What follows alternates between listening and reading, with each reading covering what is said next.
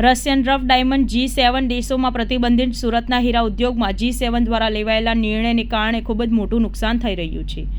રશિયાથી આવતા rough diamond G7 દેશોમાં સ્વીકારવામાં આવશે નહીં એ પ્રકારનો નિર્ણય લેવામાં આવ્યો છે. સુરતના ડાયમંડ ઉદ્યોગ રફ ડાયમંડ માટે રશિયા પર 30% કરતાં વધુ આધારિત છે. આવી સ્થિતિમાં વૈશ્વિક બજારમાં રફ ડાયમંડને પોલિશ કરીને સુરતથી મોકલવામાં આવતા હોય છે. એના પર ખૂબ જ મોટી અસર થઈ છે. હવે સ્થિતિ થોડી બદલાઈ છે. આ બાબતે એસ જયશંકરે કહ્યું કે G7 દેશો સાથે આ મુદ્દે ચર્ચા ચાલી રહી છે.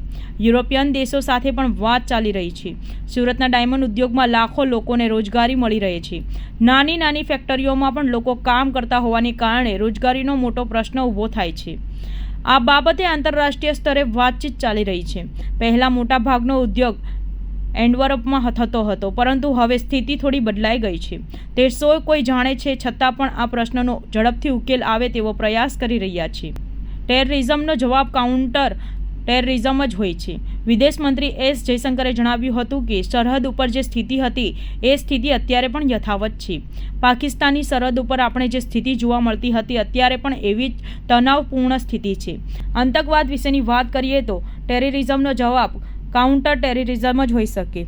જ્યાં સુધી સરહદ ઉપર શાંતિ નહીં થાય ત્યાં સુધી જે સ્થિતિ એવી જ રહેશે. આતંકવાદી ઇગ્નોર કરવામાં આવે, જસ્ટિફાઈ કરીએ એ યોગ્ય નથી.